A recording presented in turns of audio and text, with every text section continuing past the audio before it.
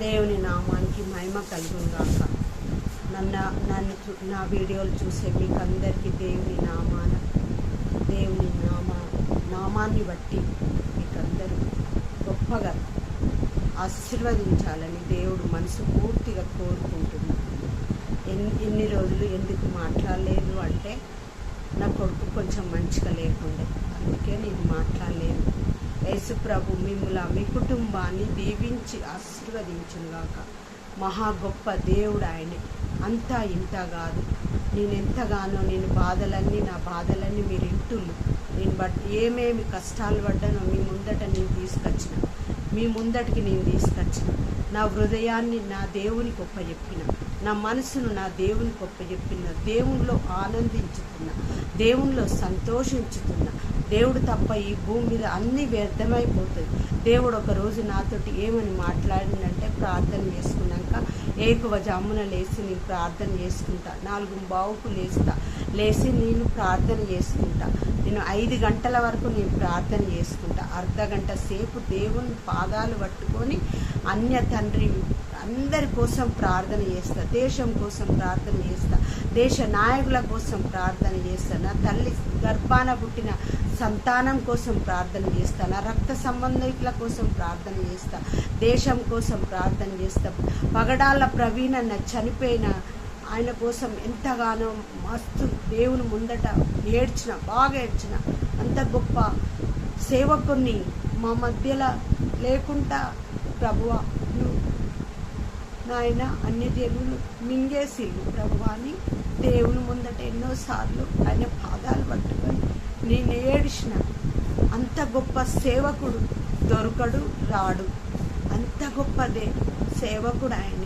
దేవుని వాక్యము ఉన్నట్టుగా ఎవ్వరికి భయపడడు. ఆయన ఉన్నట్టుగా చెప్తాడు.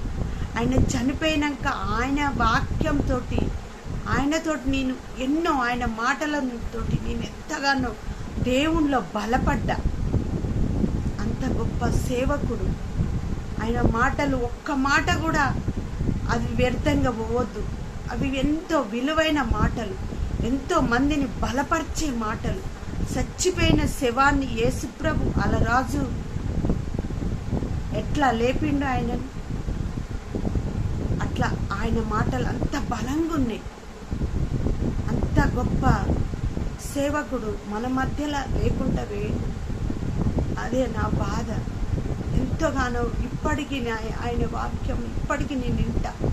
ప్రతిరోజు ఆయన వాక్యం కొంచెమన్నా వింటా. నాకు సమయం దొరికినప్పుడు కొంచెమన్నా వింటా. అంత గొప్ప దేవుడు ఆయన నిలబెట్టుకున్నాడు.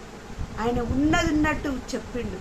కానీ కొంతమంది జీర్ణించుకోలే, కొంతమంది అర్థం చేసుకోలే. అందుకే ఆయనని మింగిళ్ళు. అందుకే ఆయన వాక్యంతో నేను బలపడ్డా కాబట్టి అట్లాంటి వాళ్ళను మనం అందరం కలిసి ఆయన రక్షించుకోవాలి.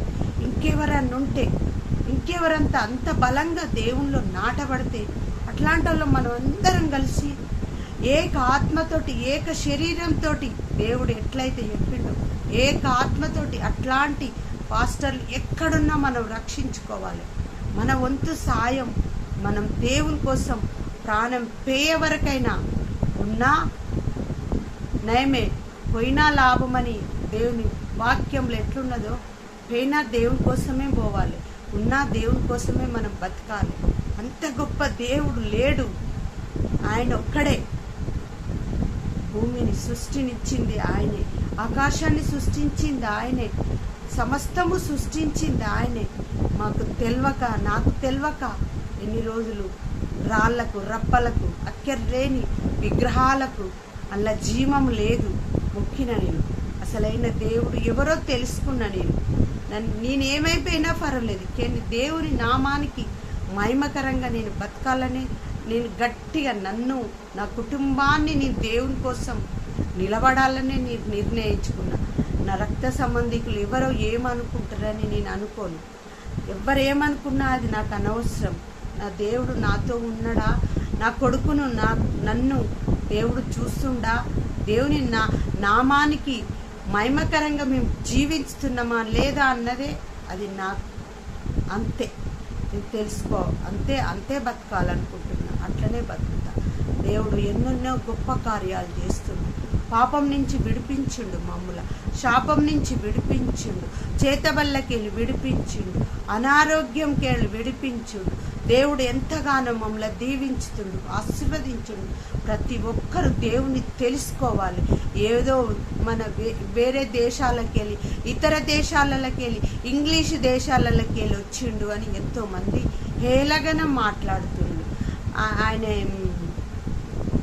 మల్లికార్జును ఊరూరు తిరుక్కుంటా కార్ల దేవుని పత్రికలు వంచుతుండు.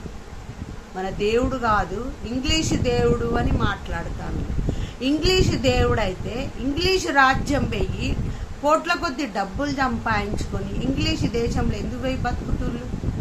మనం ఒకరిని ప్రశ్నించే ముందు, ఒక దేవుణ్ణి ప్రశ్నించే ముందు మన జీవితం ఏమై ఉన్నదో మనం తెలుసుకోవాలి. ఇది ఎంతవరకు మీకు కరెక్ట్ అనిపిస్తుందో అది నాకు తెలియదు. కానీ ఇంగ్లీష్ దేవుడు ఎక్కడిది మనం తెలుసుకోలే. అంతే, మనం ఇన్ని రోజులు మన భారతదేశం తెలుసుకోలే. ఇప్పుడు తెలుసుకున్నాం. దేవుడు ఆయనే దేవుడని నమ్మాలి. నిన్నెవరు బలవంతం చెయ్యరు, నన్ను కూడా ఎవరు బలవంతం చెయ్యలే. నన్ను నమ్ముకోమని ఎవరు నన్ను గుంజుకపోలే, ఎవరు నన్ను కొరడాలతోటి కొట్టలే. అది రామా రామా అనువని కొరడాలతో కట్టెలతోటి కొట్టిళ్ళు కొంతమంది. ఎప్పుడు శ్రీరాముల ముందట 2002లో అట్లా నన్ను ఎవరు కొట్టలే. మా నోరు మనం జారేటప్పుడు, ఒక మాట మాట్లాడేటప్పుడు అది తిరిగి మనకే వస్తుందని ఆలోచించి మాట్లాడాలి. అది తిరిగి మనకే వచ్చినప్పుడు మన ముఖం చెల్లుతుందా? గల్లలు ఎగిరేసుకొని తిరుగుతుళ్ళు చాలామంది రాజకీయ నాయకులు, పెద్ద పెద్ద మేధావులని వాళ్ళ సంకలు గుద్దుకుంటుళ్ళు. దేవుడు ఎంత గొప్ప దేవుడో మీరు ప్రార్థన చేయండి. ఏ దేవుడు, ఈ దేవుడు, ఆ దేవుడు అని మొక్కకుల్లి. ఓన్లీ మీరు ఇంట్లోనే కూర్చొని మీ విగ్రహాల ముందట, నేను ఒక వీడియోలో చెప్పిన, నేను శివుని నమ్ముకునేది. ఆ శివుని ముందట కూర్చొని నేను యేసుప్రభుకు ప్రార్థన చేసిన. యేసుప్రభు ప్రార్థన చేస్తే శివుడు ఆయనే అన్నాడు, నన్ను మంత్రాలతోటి కట్టేసిల్లు అని. యేసుప్రభు అనలేదు ఇంతవరకు. యేసుప్రభు ఎందుకు ఏడుస్తున్నావు బిడ్డ? నీ కన్నీరు తుడిచేది నేనే, నీ పాపాల నుంచి విడుదలిచ్చేది నేనే. నిన్ను నీ కొడుకును సాదుకుంటా, నీ కడుపున పుట్టిన గర్భాన్ని నేను నిలబెడతా. నువ్వేడవద్దు, నీకెవ్వరు లేరని బాధపడద్దు, ఎవరు లేరని దుఃఖించొద్దని కన్నీళ్లు దూడ్చిండు నా దేవుడు.